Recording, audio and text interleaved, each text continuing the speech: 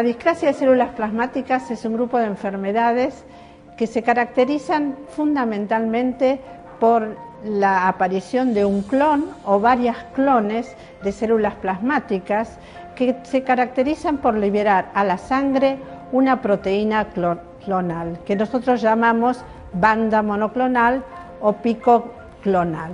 Esto se produce realmente y es la forma que nosotros tenemos indirecta de hacer un diagnóstico de esta discrasia de células plasmáticas. Dentro de la discrasia hay un grupo importante de enfermedades que comprenden desde una banda monoclonal de significado indeterminado, un mieloma asintomático, el mieloma que nosotros llamamos mieloma sintomático, que hoy ya no lo llamamos sintomático, sino que lo llamamos mieloma múltiple, el POEMS, la enfermedad de Waldenström y la amiloidosis AL. Todo este grupo de enfermedades tiene la característica justamente de en la sangre tener un pico monoclonal. Quiere decir que nosotros tenemos que estar muy avesados cuando le pedimos a un paciente un estudio proteico y fijarnos si la banda monoclonal está presente o no. Entonces, para hacer diagnóstico de mieloma, nosotros por un lado tenemos la banda monoclonal, pero por el otro lado el diagnóstico debe hacerse con una punción de médula ósea que muestra un aumento de infiltración de células plasmáticas que debe ser mayor al 10%. Antes de hablar del diagnóstico del mieloma, vamos a hablar un poquito de la epidemiología y cuál es el lugar que ocupa el mieloma en las enfermedades hematológicas.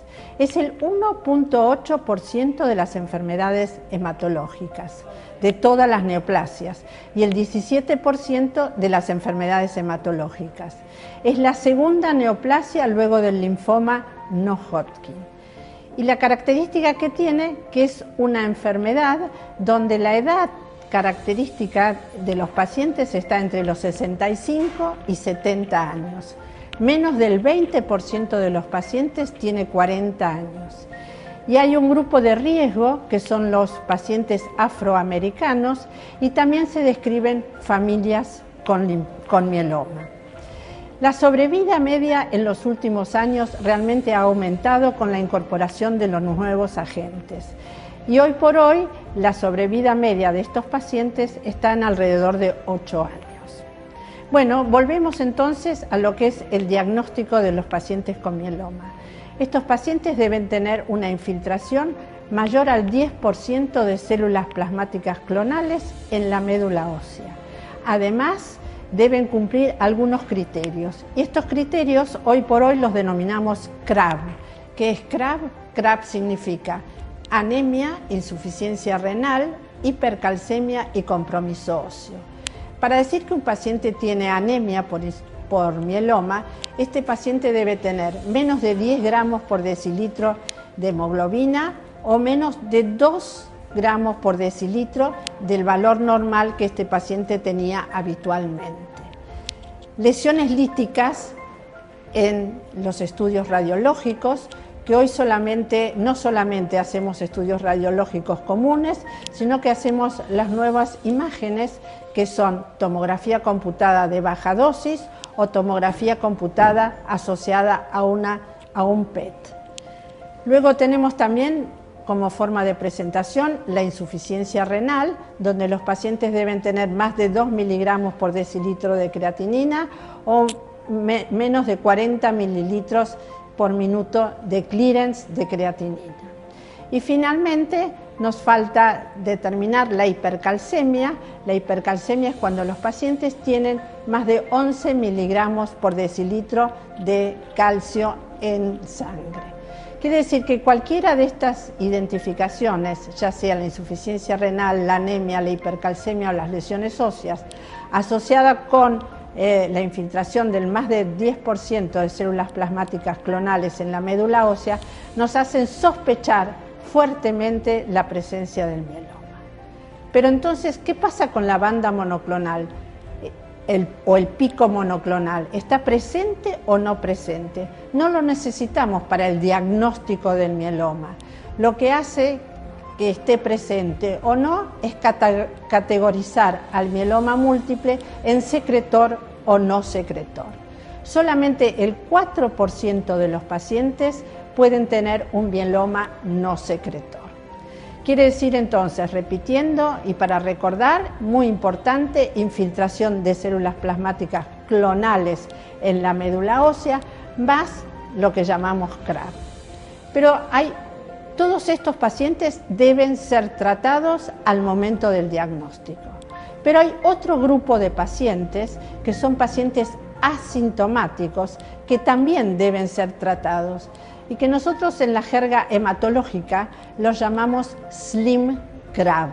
¿Y qué significa esto? Estos son pacientes que son absolutamente asintomáticos, tienen más del 60% de infiltración de células plasmáticas en la médula ósea como única forma de hacer el diagnóstico, pueden tener una relación de cadenas livianas libres mayor a 100 y tienen más de una lesión lítica en la resonancia nuclear magnética.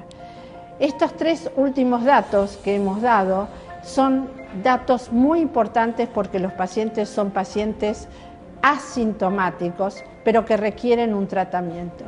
Entonces uno se pregunta, ¿por qué si estos son pacientes asintomáticos requieren un tratamiento?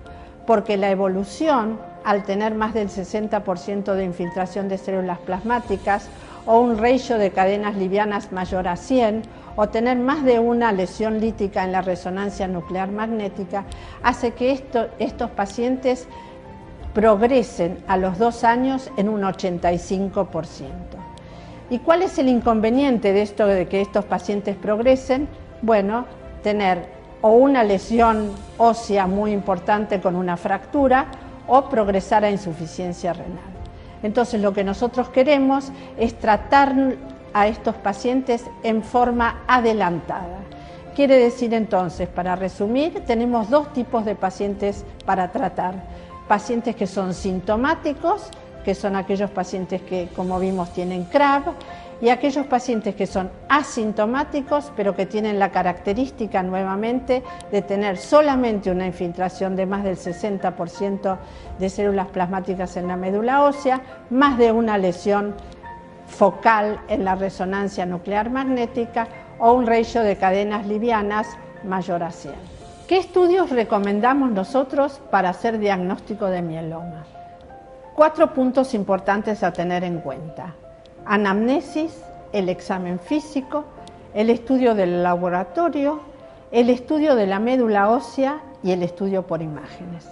Empezamos por la anamnesis y el examen físico que todos nosotros como médicos hacemos al encontrarnos por primera vez con el paciente.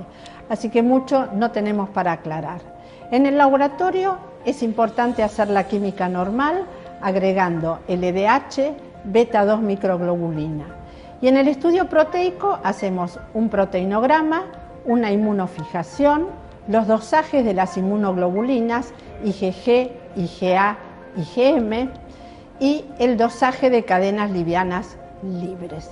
Ya vamos a ver para qué sirve cada uno de estos. Hacemos también el estudio de la médula ósea, donde no solamente hacemos el estudio aspirativo, sino que también hacemos una biopsia de la cresta ilíaca. ¿Para qué? Para ver la morfología, es decir, la infiltración de las células plasmáticas clonales. Hacemos una citometría de flujo en la médula ósea, un estudio citogenético, y esto es los puntos fundamentales que hacemos en el estudio de la médula ósea.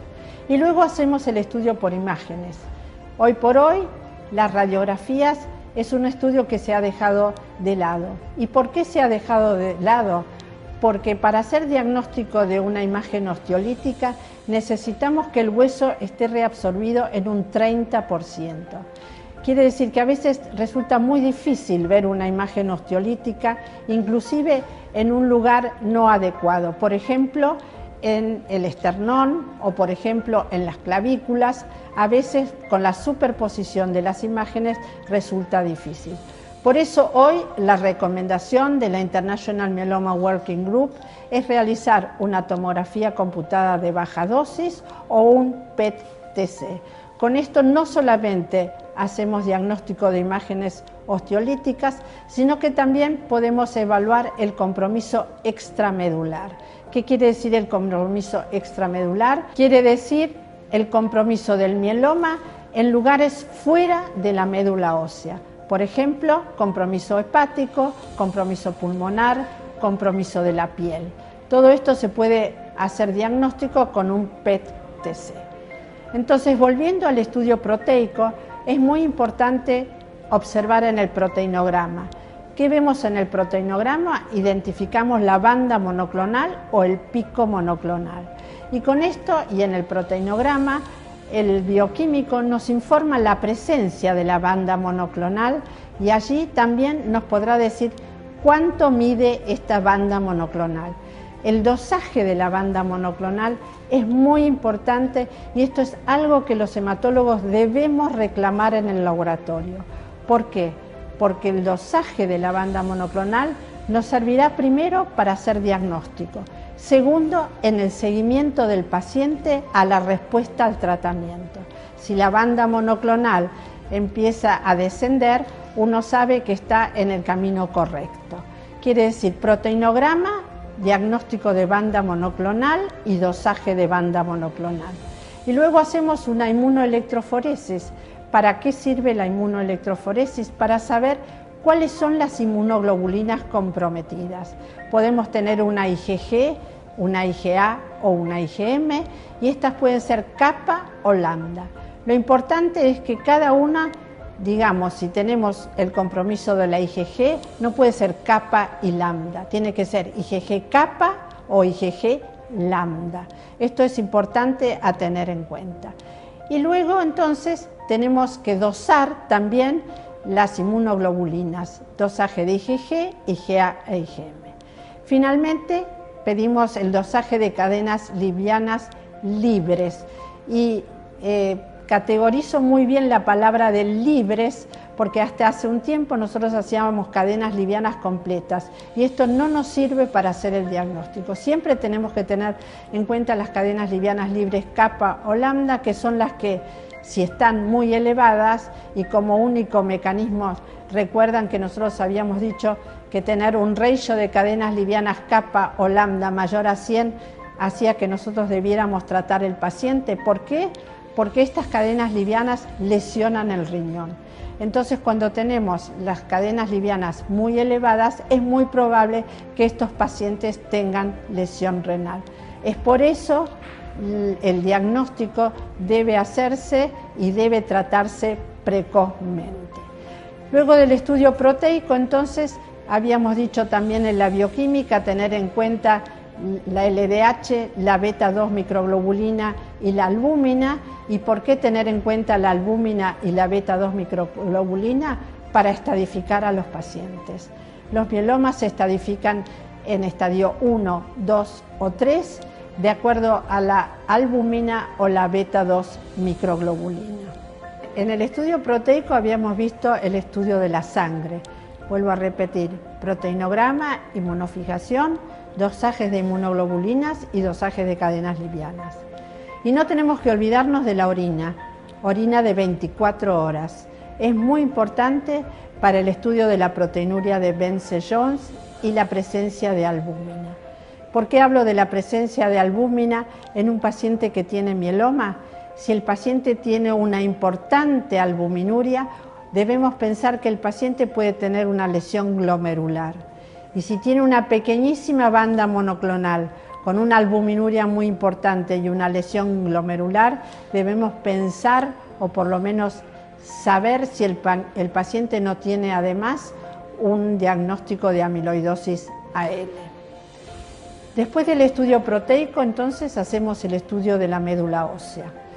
¿Qué vamos a ver en el estudio de la médula ósea? Como vimos, la morfología, la infiltración de las células plasmáticas clonales. ¿Y por qué me refiero tanto a la clonalidad? ¿Y cómo hacemos diagnóstico de clonalidad? La podemos hacer por inmunohistoquímica, teniendo las cadenas livianas kappa y lambda, y además marcando los plasmocitos con CD138 o CD38. Y luego pedimos una inmunomarcación, esto es lo que le pedimos al patólogo, o hacemos una citometría de flujo. Y en la citometría de flujo, las células plasmáticas clonales son muy características. Son CD138 positivas, 38 positivas, CD19 negativas, 56 negativas y CD20 pueden ser positivas o negativas. Esto es importante para demostrar la clonalidad de nuestras células plasmáticas. Y tenemos también que hacer un estudio citogenético, pero fundamentalmente un estudio de FISH. ¿Qué quiere decir un estudio de FISH? A pesar de que uno piensa que es un pescado, pero no es un pescado, sino que es un estudio de hibridización. Y aquí podemos identificar algunas translocaciones que son muy importantes y que nos dan el riesgo del paciente. Ya voy hablando entonces de que los pacientes pueden dividirse en dos grandes grupos, un paciente con riesgo estándar o un paciente con alto riesgo. Esto nos va a ayudar el FISH a determinar qué grupo de pacientes tenemos frente a nosotros. Aquellos pacientes que son de alto grado son pacientes que pueden tener una deleción de la P53, una translocación 414, 1416 o 1420. El resto de las translocaciones son pacientes que tienen un riesgo estándar.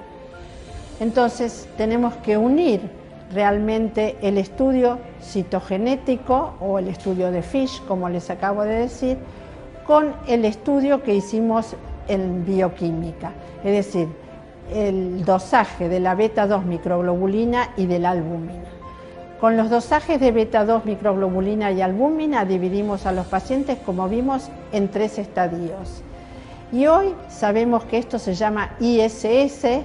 Ya en este año, digamos a partir del 2015, hablamos de un ISS revisado que agrega al estudio de FISH a cada uno de los estadios. Una vez que tenemos entonces estadificado al paciente, primero por supuesto diagnosticado, segundo estadificado, sabemos si el paciente es un estadio 1, 2 o 3 y sabemos si es un paciente de riesgo estándar o un paciente de alto riesgo, debemos realmente indicar el tratamiento.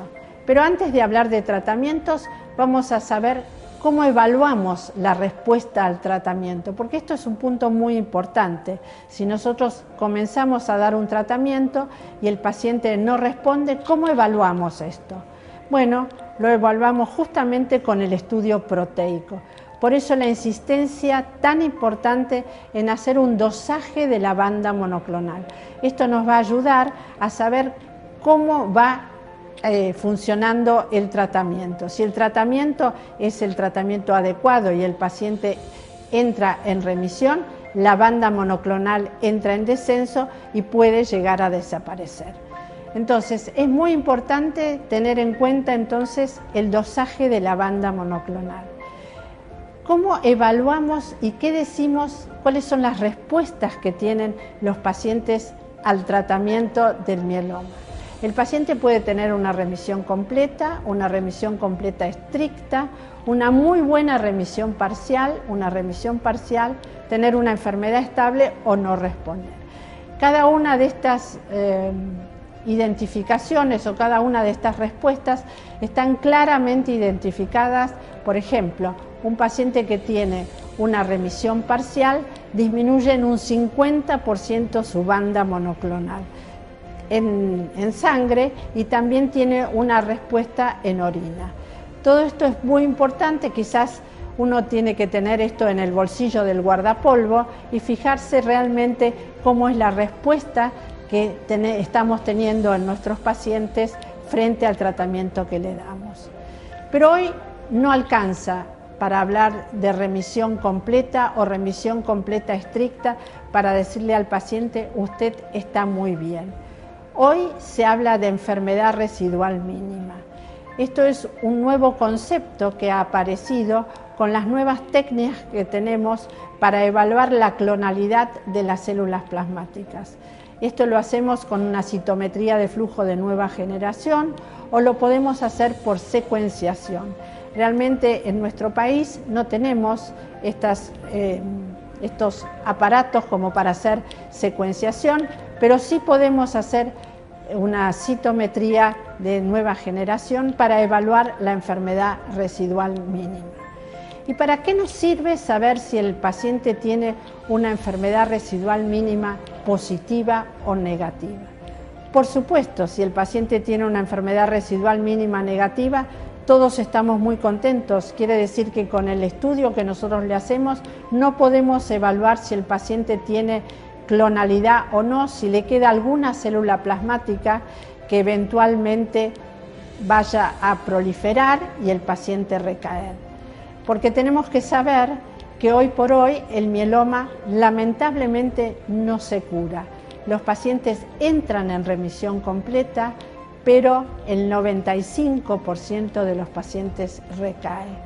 Por eso es muy importante si pudiéramos evaluar la enfermedad residual mínima. ¿Y en qué momento evaluamos la enfermedad residual mínima? En aquellos pacientes que están en remisión completa. Porque si sabemos por los métodos habituales que el paciente no está en remisión completa, más vale no hacerle una enfermedad residual mínima porque seguramente esta enfermedad residual mínima es positiva. Entonces, ¿cuál es el objetivo hoy del tratamiento? Alcanzar una enfermedad residual mínima negativa. No es fácil en nuestro país hacer esta evaluación, pero debemos de todas maneras tratar de hacerlo y de unificar criterios para la mejor evaluación de estos pacientes.